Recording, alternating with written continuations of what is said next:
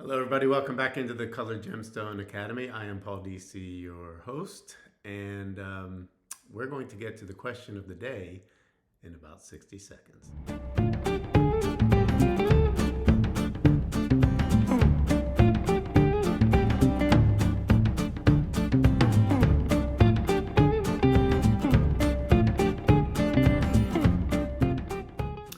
Okay, I decided as we got back into the channel this year that we're going to change things up a little bit.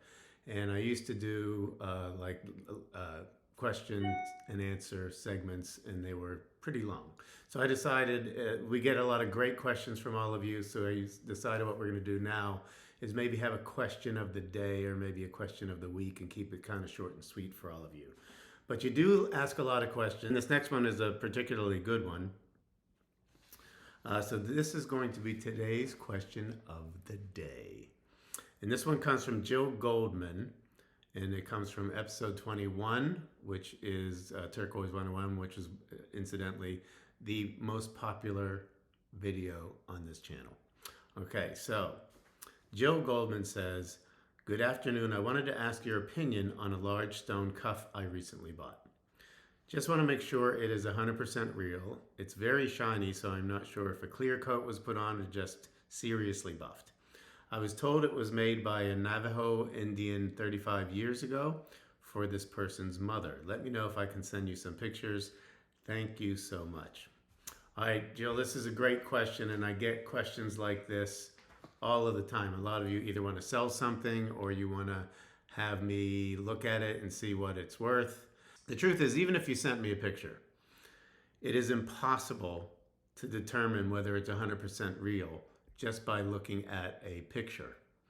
In fact, when you become a member of the Gemological Institute of America, the GIA, the very first lesson or the very first rule from the GIA, do not make a site ID. What does it mean when they say don't make a site ID? You can't just simply look at a gemstone and make evaluations on its value or whether it has been stabilized or whether any other treatments have been done to it. So that's number one. So I'm never going to encourage you to send a picture and say, "Oh, here's what you got." It just doesn't work that way. There are some simple things you can do to test turquoise, which I covered, I think, in a different lesson. Like, for example, if you want to know if your turquoise is dyed, you can take a little bit of nail polish remover and kind of go on maybe on the underside of a setting where you can't see it. And if color comes on that Q-tip that you dipped into then it's been dyed.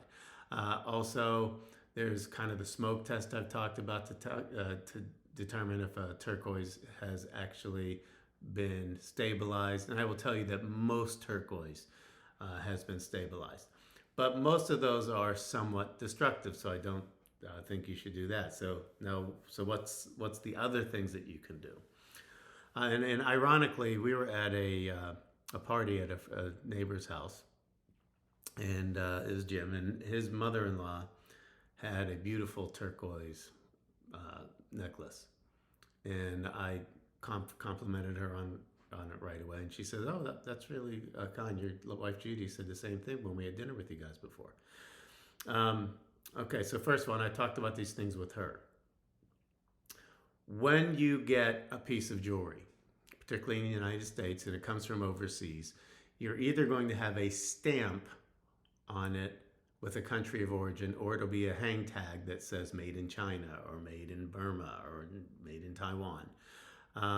When you get a Native American piece, there is no such regulation. So if there is no designation of a country of origin, that means if they're legal, it was made in the USA. So that's number one. Number two, there's also a Hallmark stamp for the silver content. So a lot of times you'll see something that says 0.925. That means 92.5% pure silver. That is the purity of the metal. Though the same thing if it's gold, if it's 14 karat gold, 18 karat gold. When you get a Native American piece, generally speaking, and those are all made by hand, including the silver, they don't most of them don't do a a mold and then do thousands of them because they're one-of-a-kind pieces. So they actually fashion the silver too. So you might see either SS for sterling silver, or you might see sterling stamped on it, or you might see nothing at all. So that's a second thing that you're going to find in your Native American jewelry. Also, a lot of times, because there are Native American artists and they become quite famous in their own right for what they do, you might see a stamp of either the initials or the name of the Native American artist. So that'd be another thing for you to look for. Now, as an aside, when I talked about 0.925 versus the sterling silver that is fashioned by the Native American Indians. So what are some other things that you can do to try to determine value? Now, of course, you can always get an appraisal, and that's going to cost you a little bit of money, and it may be worth it. But there are a couple of other things that you can do.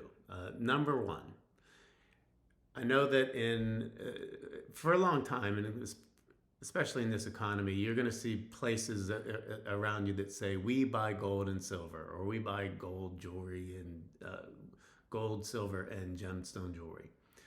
And you can always go to one of those places, and don't be intimidated to walk in. I've done that when we had a lot of excess silver we wanted to get rid of.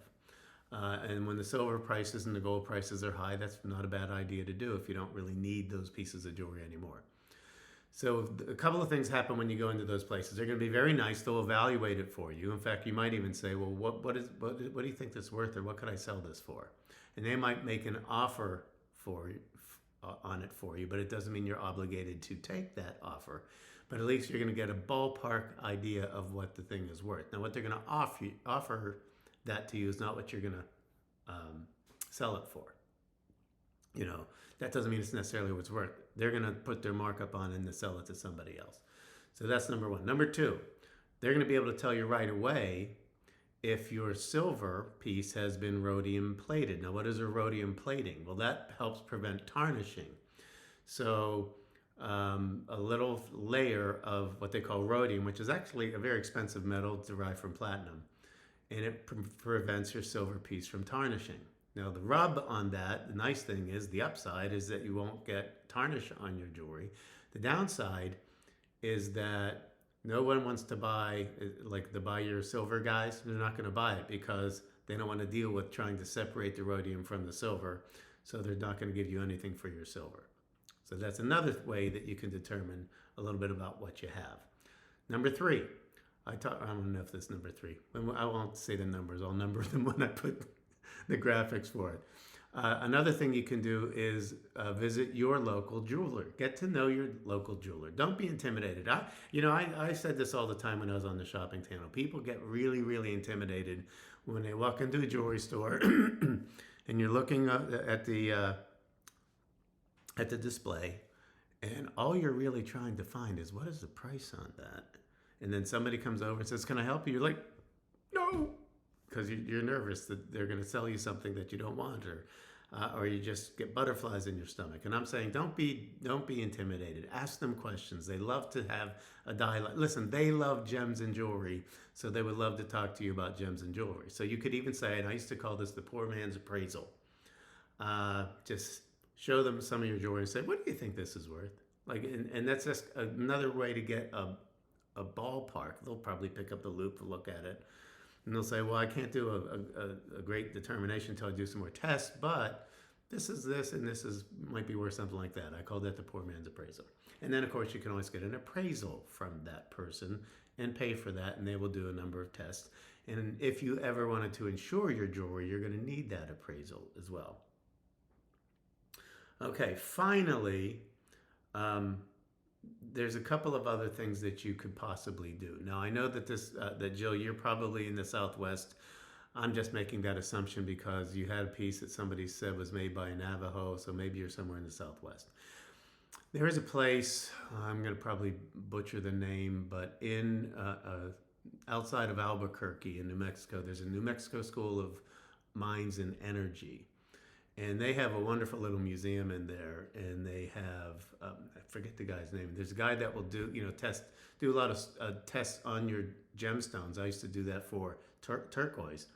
where they can put it in a computer and analyze it without destructing the gem. But again, you'd have to pay for that as well. And you probably pay more than I did because I was doing volume. But finally, in and around the world, and obviously as well as in the United States, they have a lot of gem shows. And they are seasonal, and they'll be in Florida, and they'll be in Colorado, and they'll be in Arizona and different places. And I encourage you to go to some of those shows. And in particular, my favorite is the Tucson Gem and Mineral shows. And it's not just the gem show, it's a number of shows that throughout January and February.